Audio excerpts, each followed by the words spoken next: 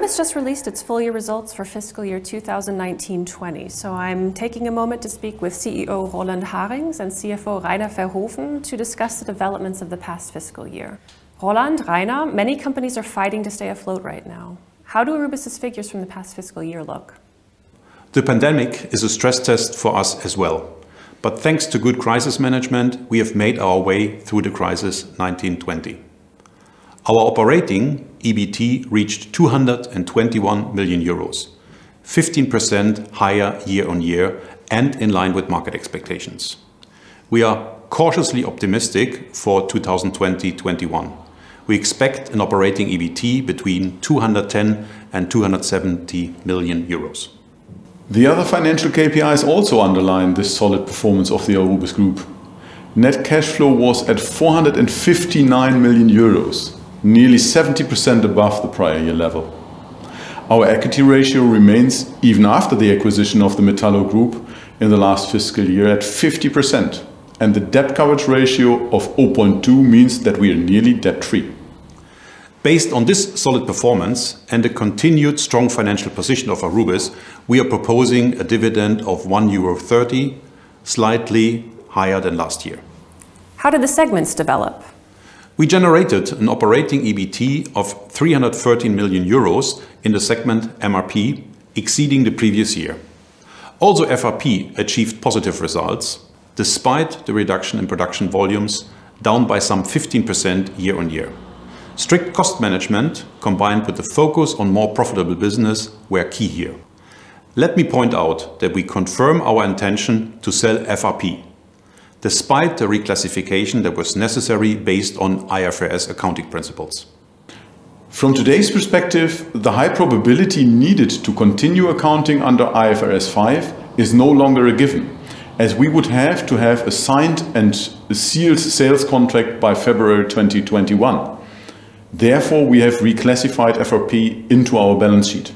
But as Roland has already mentioned, we're still in intensive talks with different potential buyers. But there were also acquisitions during the last fiscal year. The acquisition of the Metallo Group was an important growth step for the Aurubis Group. The acquisition is a direct contribution to our multi-metal and recycling strategy.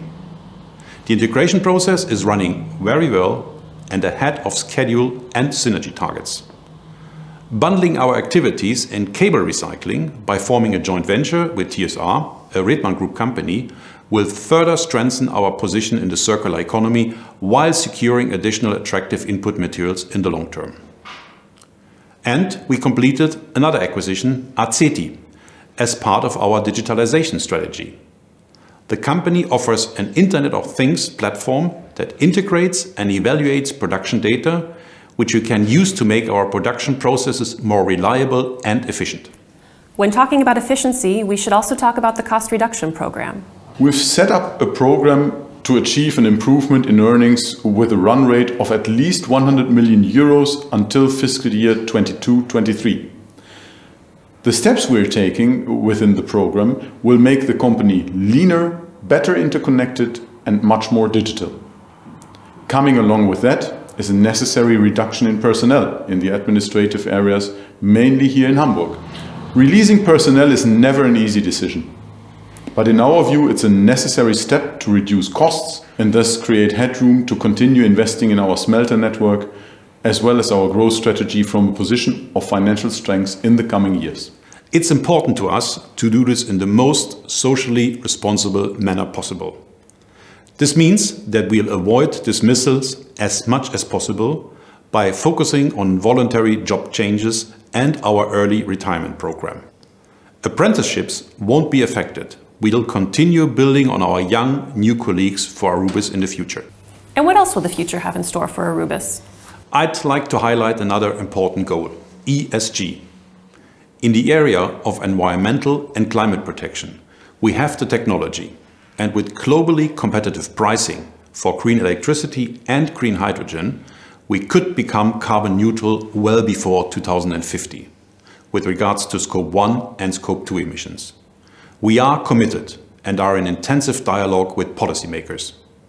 In short, we want to become the most efficient and sustainable smelter network worldwide.